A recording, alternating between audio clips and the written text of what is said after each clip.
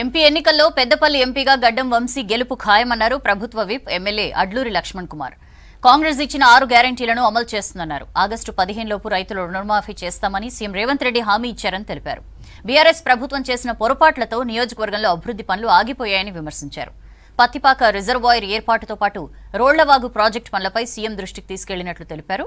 ఎన్నికల్లో BRS BJP పార్టీలు దిగజారుడు రాజకీయాలు చేశాయని విమర్శించారు ఎమ్మెల్యే.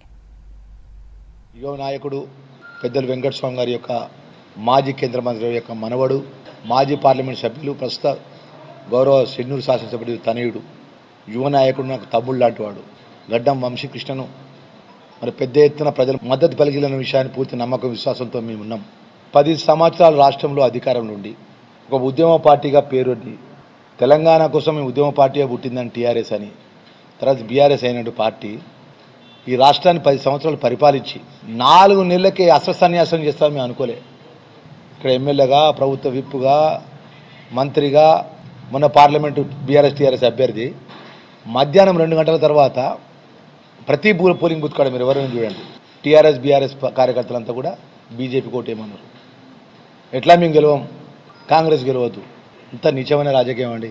ఒక ప్రజాస్వామ్య పద్ధతి ద్వారా ఎన్నికల్లో పోటీలో ఉండి ఒక విప్పుగా పనిచేసి, మంత్రిగా పనిచేసి ఎందుకు చివరి నిమిషం వరకు ప్రజల మధ్య నుండి ఓట్లు అడగలేదు?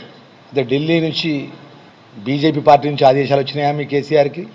మీ కేసీఆర్ సంబంధించినటువంటి మీ ఫామ్ హౌస్ నుంచి మీకు ఆదేశాలు వచ్చినాయా బీజేపీకి చేయమని? లేదా పాపం కవితక్క జైల్లో ఉన్నది కదా, కవితక్కని గిట జైల్లోకి వెళ్ళి తీపించుకుంటానికి చికెట్ ఒప్పందం జరిగిందా బీజేపీకును టీఆర్ఎస్కు? నేను సూటిగా అడుగుతున్న కొప్పులీశ్వర్ను, వారి యొక్క టీఆర్ఎస్ పార్టీ నాయకత్వాన్ని అడుగుతున్నాను నేను. ఎందుకు అసలు సన్యాసం చేసిండు? ఎందుకు మాకు ఓటు అయిపోయిన పర్లే కానీ కాంగ్రెస్ పార్టీకి ఓటు వేద్దన్న మాట మాట్లాడేది యథార్థమా కాదా? ఇది 140 గ్రామాలు, 269 పోలింగ్ బూత్ స్టేషన్ల బయట ఉన్నటువంటి టీఆర్ఎస్ పార్టీ కార్యకర్తలు, నాయకులు, ఇది యొక్క ప్రజల యొక్క ధర్మపురి ప్రజలు డిసైడ్ చేసుకున్నారండి. ఈ కొప్పులీశ్వరు అనే ఈశ్వరుడు లోపట ఈశ్వరుడు బయటకు వచ్చిండు, బయట ఈశ్వరుడు అందరికీ తెలిసిపోయింది. ఆయన ఏమనుకున్నాడంటే విపరీతమైన సానుభూతి వస్తుంది నాకు, నేను ఓడిపోయాను కదా, ప్రజలు నన్ను సానుభూతితో ఆశీర్వదిస్తారు. సానుభూతి ఎట్లా వస్తుందండి? ప్రజలతోని మమేకమై ప్రజలతో నేరుగా ప్రజలకు మంచి చేసే పని ఆలోచన చేస్తే. మిల్లర్లు 40 కిలోలు, 5 కిలోలు, 40 కిలోలు, 45 కిలోలు, 46 కిలోలు మిల్లర్లు రైతులను దోసుకుంటా అంటే ఒక్కరోజు మాట్లాడపోతుంది.